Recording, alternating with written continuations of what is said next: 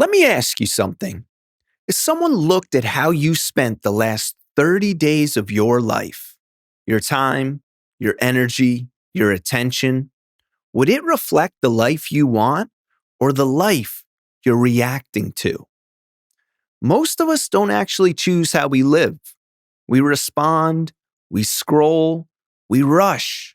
And the surprising thing is, the solution might not be doing more, but finally paying attention.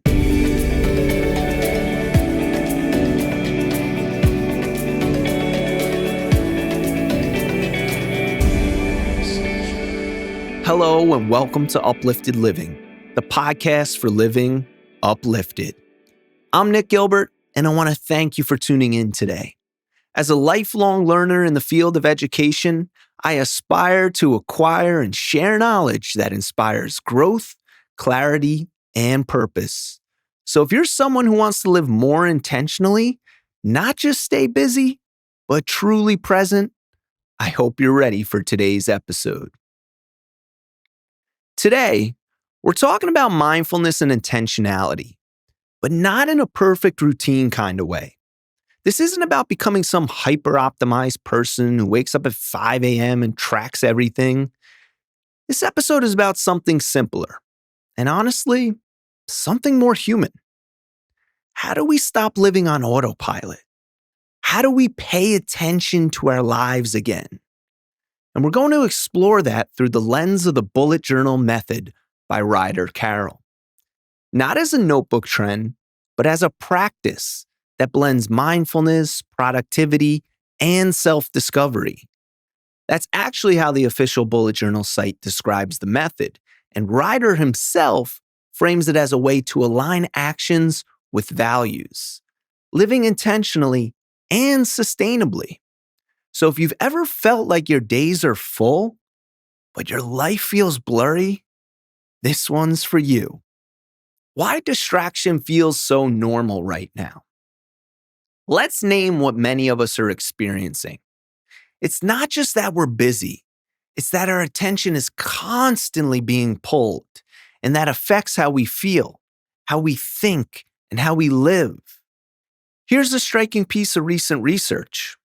A 2025 experiment found that when people blocked mobile internet on their smartphones for 2 weeks, they used their phones less and showed improvements in sustained attention and well-being. Now, I'm not sharing that to say phones are evil. I'm sharing it because it highlights something important. Our environment shapes our mind. And if our attention is constantly fragmented, intentional living becomes harder. There's also research on something surprisingly simple. Just having a phone present can affect attentional control. One 2025 experimental study tested phone presence and looked at attention outcomes. And on the news and culture side, we're also seeing alert fatigue, people disabling notifications because it's too much. A Reuters Institute-related report covered this trend and the overload of constant alerts. So the first takeaway today is this. If you feel distracted, you're not broken. You're adapting to a world that trains distraction. And that's exactly why practices that help you slow down and reflect matter. Let me tell you a quick story. And this might sound familiar. Imagine someone, we'll call her Maya. Maya is doing fine on paper. She gets through the week, she answers messages, she makes progress, but at the end of the week, she realizes something. She can't remember what she enjoyed.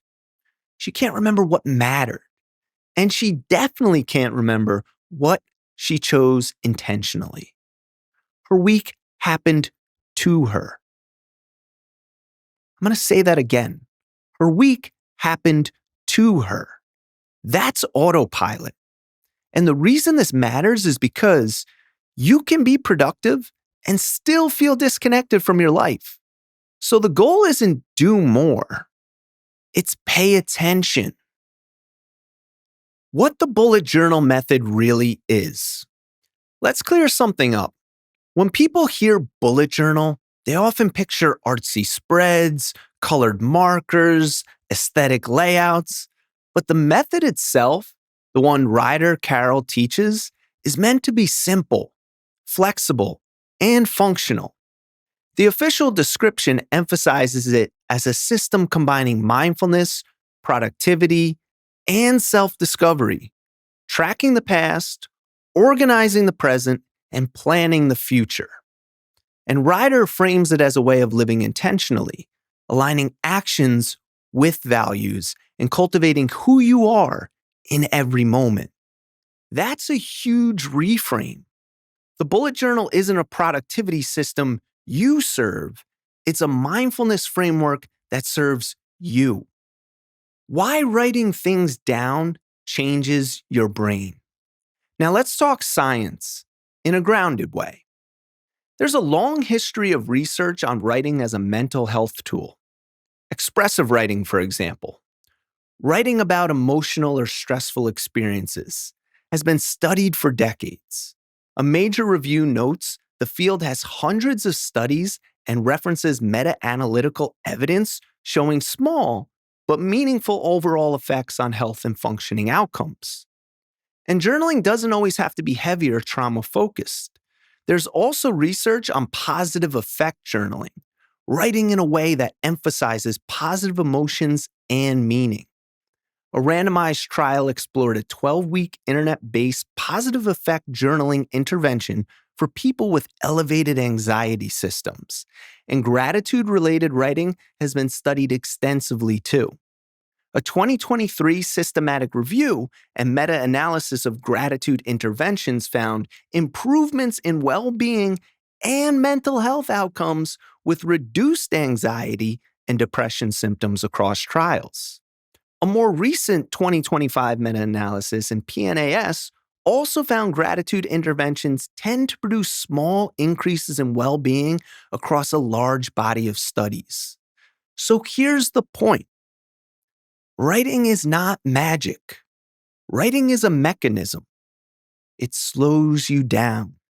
It helps you label thoughts and feelings.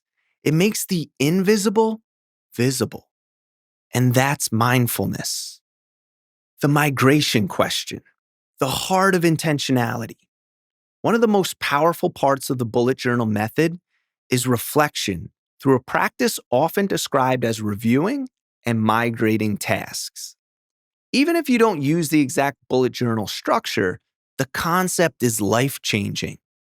When you move something forward, or choose not to, you're forced to ask, is this still worth my life? Not your time, your life, because attention is your life in minutes. So I want to give you 3 migration questions to use in your own way. Is this still important or just familiar? Am I doing this from intention or guilt? If I keep saying yes to this, what am I saying no to? That's the shift from productivity to purpose. Mindfulness that's actually doable. Here's the beautiful thing. Mindfulness doesn't have to be complicated. And research supports that even brief or self-guided mindfulness practices can reduce stress. For example, a 2024 paper in Nature Human Behavior found that self-administered mindfulness interventions can reduce short-term self-reported stress, with effects varying by exercise type. So, you don't need to become a monk. You need to pause. And the bullet journal method builds a pause into everyday life. A notebook becomes a place where you notice, choose, reflect, and realign. The 7-day pay attention experiment. Let's make this practical and simple. Here's your 1-week experiment. You'll need 1 notebook, 1 pen, and just 3 minutes a day. Every day, write 1 thing I did today, 1 thing I felt today, and 1 thing that mattered today. That's it. And if you want an intentionality booster, add 1 more line. Tomorrow, I want to pay attention to one thing. At the end of the 7 days, do a 10-minute review and ask, what gave me energy? What drained me? What keeps showing up? And why? This is where life starts to feel intentional again. The moment you notice. Let's go back to Maya. After a week of writing 3 lines a day, she notices something. She's not actually tired from doing too much. She's tired from doing too many things that don't matter to her. And that awareness doesn't instantly change her life, but it changes her next decision. And the next decision is how lives change, one choice at a time. Mindfulness isn't escaping your life. It's finally paying attention to it. And intentional living doesn't begin with changing everything. It begins with noticing something. Sometimes the most powerful growth tool isn't motivation or discipline. It's a blank page and the courage to ask, what actually matters? In closing, if you have not done so already, please remember to like the video, subscribe to the channel, turn on the bell for notifications, and leave a comment down below. Be sure to check back in and tell me how your 7-day pay attention experiment went for you. I'm curious to find out what you noticed about yourself. If there's a book that resonates with you and you would like to see it in a future episode, please share it with me because I would love to hear from you. Till next time, keep striving to learn and grow and make it a priority to uplift both yourself and those around you.